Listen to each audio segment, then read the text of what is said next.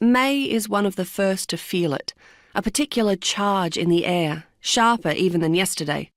She slams the door of her land cruiser and pauses by the side mirror, shields her eyes to examine not the wide, calm ocean, but the air above it. She peers hard, as if she might be able to see the cause of this disturbance. But air is like Neptune, undetectable to the naked eye, busy with its invisible work of absorbing and reflecting, combining and reacting, whole systems of being entirely inaccessible to her mere human sight. On her left, something moves at the base of the dunes. 3 dingoes trot along the beach, muzzles to the sand as they search for scraps of carrion. The largest one stops, hackles raised, head cocked to one side and listening for something beyond the horizon. "What is it?" May asks. But the dog remains still, listening, and so May tunes in too, tries to discern whatever this animal is sensing. But she can make out nothing over the crash of waves, the beat of her own pulse, steady and thick in her ears. A moment later, the dingo is distracted by something below its feet. It digs at the sand, lunges for the object and seizes it, splits it to pieces with its back teeth.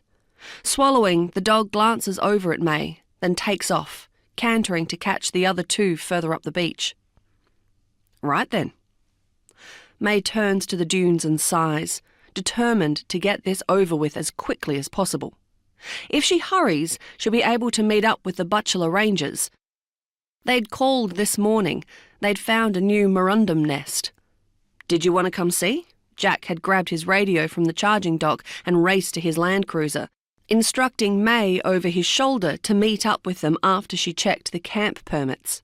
When she'd picked up her own radio and gone to unlock her own vehicle, she'd been overcome by the strengthening vibrations, the compression of air, forking and sizzling, arcing around the curves of her body. It endures now. She tries her best to ignore it, concentrating instead on taking crumbly steps up the cutting. She shoves her hands in her pockets, an old habit from an upbringing in the cold, thousands of kilometres from the heat of this place. She'd been able to sense changes in the air there too, had been able to label an oncoming blizzard or an avalanche or even a wildfire in the summers. But here, the seasons are less familiar, and she can't predict the source of this unease.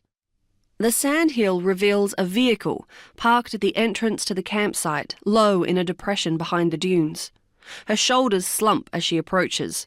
She'd hoped to check the permit and carry on, but if the campers are around, they will want to talk. They'll quiz her about the island, they'll share anecdotes about their holiday so far, and she won't be able to rush away. She rounds the vehicle and immediately perceives something gone awry. She stops in place, taps into her senses.